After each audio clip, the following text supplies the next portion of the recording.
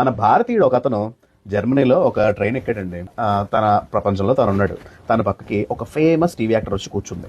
అయితే ట్రైన్లో ఉన్న వాళ్ళందరూ విస్తుపోయి చూస్తున్నారనమాట. ఏంటి కనీసం అమ్మాయి చూడని కూడా చూడట్లేదు. జనరల్గా పెద్ద పెద్ద సెలబ్రిటీస్ ఎవరైనా ఉంటే చాలా ఎక్సైట్ అవుతారు, వీడేంటి ఏం మాట్లాడలేదు అనుకుంటున్నారు.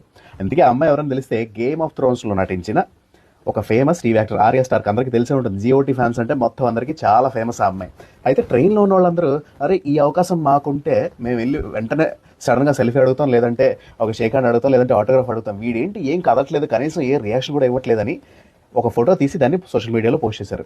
అయితే చేసిన తర్వాత చాలా వైరల్ అయిపోయింది. సో దాన్ని చూసిన ఒక మ్యాగజైన్ వాళ్ళు ఏం చేశారంటే, అసలు ఎవడు వీడు, ఎందుకు కనీసం మినిమం కూడా చెల్లించట్లేదు అని వాడిని ఎక్కడ ఉన్నారో పట్టుకోవాలని అర్జెంట్గా ఇన్స్ట్రక్షన్ ఇస్తే ఒక 2 రోజుల్లో వాడు మినిక్లో దొరికాడు. ఆడ దగ్గరికి వెళ్ళి ఒక ఇంటర్వ్యూ చేసి, బాబు నువ్వేంటి, నీ సంగతి ఏంటి, నువ్వు ఎందుకు అసలు కనీసం నష్టపడవట్లేదు, ఆ అమ్మాయి దొరికితే అసలు ఖచ్చితంగా ఒక సెల్ఫీ అనేది తీసుకున్నావు అని అందరూ అడుగుతూ ఉంటారంటే అతను నిజాయితీగా మనసులో ఉన్నమాట డైరెక్ట్గా చెప్పాడు.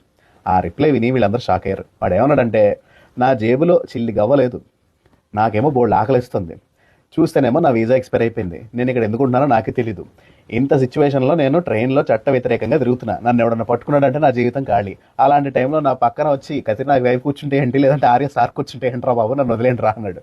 అతని నిజాయితీకి మెచ్చుకున్న ఆ న్యూస్ పేపర్ వాళ్ళు, నువ్వు ఎందుకురా, నువ్వు ఇంత నిజాయితీగా ఉన్నాడు, నువ్వు మాతోనే పనిచేయని అతనికి ఉద్యోగం ఇచ్చారు. సో తద్వారా అతని కష్టాలన్నీ కూడా తీరిపోయినాయి అంటారు. ఈ కథ విన్నారు కదా, ఎలా అనిపించింది? చాలా నిజాయితీగా బ్రతికేవాళ్ళు, చాలా నిబద్ధతతో బతికేవాళ్ళు ఎప్పటికైనా సక్సెస్ అవుతారు అని చెప్పేసి ఒక నీతి మనందరికీ తెలుస్తుంది కదా. But let me tell you, ఇప్పటివరకు నేను చెప్పిన కథ మొత్తం అబద్ధం.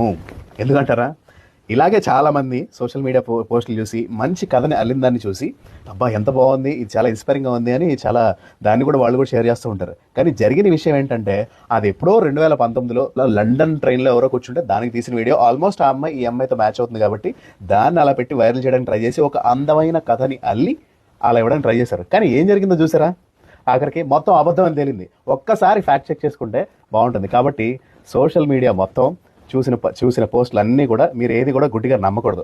ఆ విషయం చెప్తామని ఇంత పొడుగు స్టోరీ చెప్పడం జరిగింది.